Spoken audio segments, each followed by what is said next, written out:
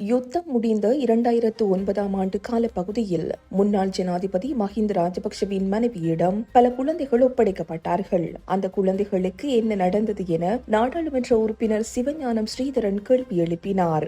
நாடாளுமன்றத்தில் நேற்றைய தினம் உரையாற்றும் போதே அவர் இந்த கேள்வியை எழுப்பினார். அவர் மேலும் தெரிவிக்கையில், இன்று சர்வதேசத்தில் படுகொலை செய்யப்பட்டவர்கள் குறித்து பேசுகின்றோம். இதேபோல்தான் அப்போது செஞ்சோலையில் பெண் குழந்தைகள் விமான தாக்குதல் மூலம் மோசமாக கொல்லப்பட்டார்கள். அவர்களுக்கான நீதி இதுவரை கிடைக்கவில்லை. தமிழீழ விடுதலை புலிகளை சேர்ந்த பலர் சரணடைந்தார்கள். ஆனால் இதுவரை அவர்களுக்கு என்ன நடந்தது என்று தெரியவில்லை.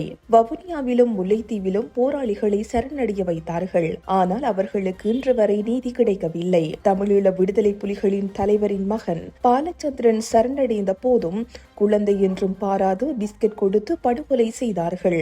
ஊடகவியலாளரான இசைப்பிரியா சரணடைந்த போதும் அவர் பாலியல் துன்புறுத்தலுக்கு உட்படுத்தப்பட்டு படுகொலை செய்யப்பட்டார். எனவே வடக்கிலும் கிழக்கிலும் நாட்டில் யுத்தத்தின் போது பாதிக்கப்பட்டவர்களுக்கு நீதி பெற்றுத்தர இந்த அரசாங்கம் முன்வர வேண்டும் என்று ஸ்ரீதரன் எம்பி குறிப்பிட்டுள்ளார்.